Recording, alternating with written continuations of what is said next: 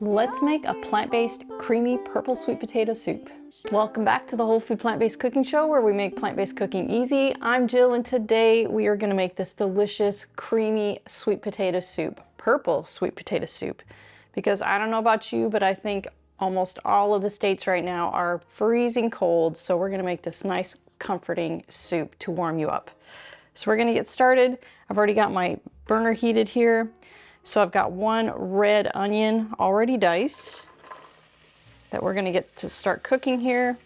And I'm also going to throw in 2 cups of chopped cabbage. And if you notice too, they're both purple or red. You know, they call them red onions. They're really kind of purple.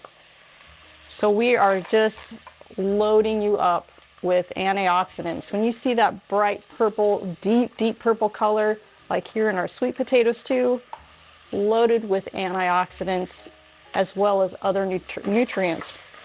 So we're just kind of sweating these out. We're going to cook it down for about 5 minutes, and then we'll start adding our other ingredients.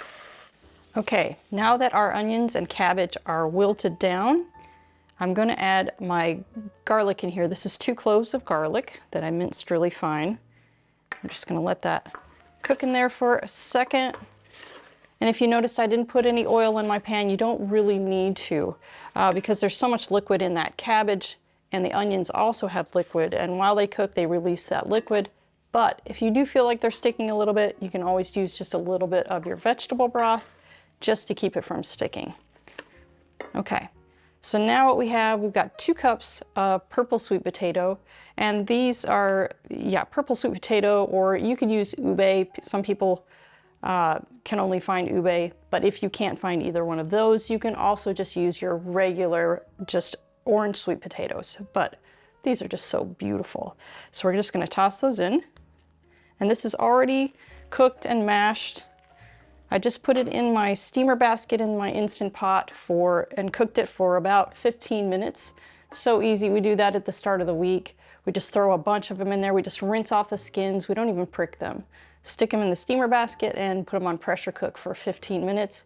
And then you have sweet potatoes ready for the rest of the week. Just stick them in the fridge. Then we have 1 cup of chickpeas that I've already drained and rinsed.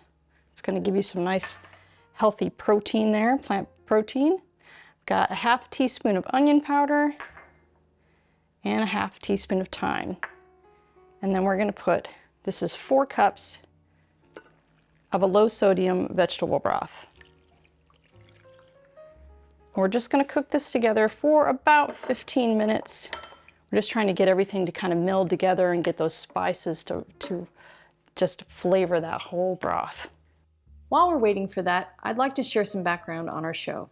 The Whole Food Plant-Based Cooking Show is crowd-funded, which means these free weekly recipe videos, along with our entire catalog of free printable recipes on our website, plantbasedcookingshow.com, and our Plant-Based Cooking Made Easy cookbook series, are all made possible in part by the generous patronage of our supporting membership community. So if you love our recipes, I invite you to join us on our mission to make plant-based cooking easy, and follow the link in the description to become a supporting member today.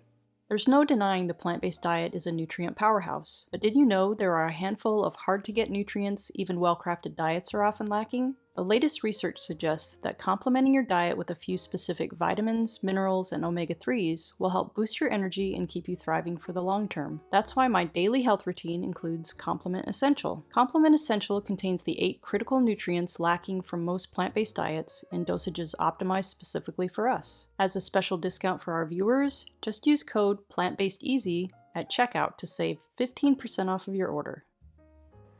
Okay, while this is finishing up, we are going to make this delicious cashew cream that most of it's going in there, and then we'll save a little bit for garnishing. So I've got a 1/2 cup of cashews. We're just going to use our NutriBullet here because it's just a small amount. A tablespoon of lime juice and 3/4 cup of water. That's all you need. It's just a very simple thing that's going to add a whole other layer of flavor. So we're just going to blend this until those cashews are completely pulverized.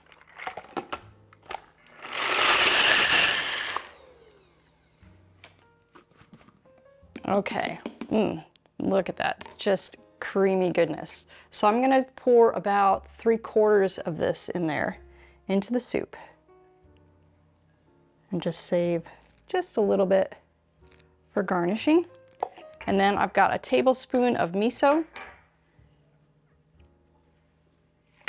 We're just gonna stir that in. And I'm gonna move some of this stuff out of the way. I'm gonna grab my immersion blender and then we'll get this all blended up. All right, so let's just blend this. So you're just gonna use your immersion blender. You could do it in smaller batches in your blender too if you don't have an immersion blender. And be careful when you're blending with this because it does splatter a little bit. You could put it in your sink just to keep some of the splatter contained. We're just gonna make this nice and creamy.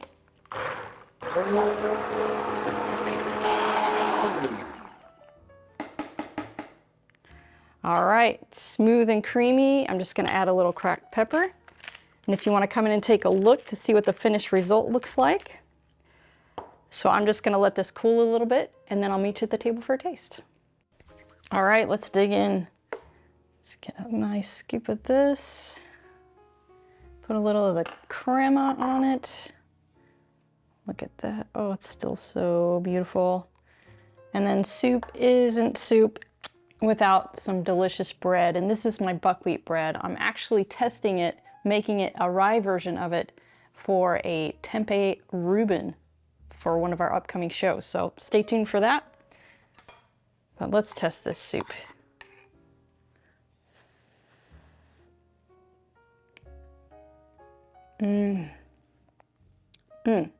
I love a good creamy soup. You're gonna love it too. Come on back next week for another great recipe.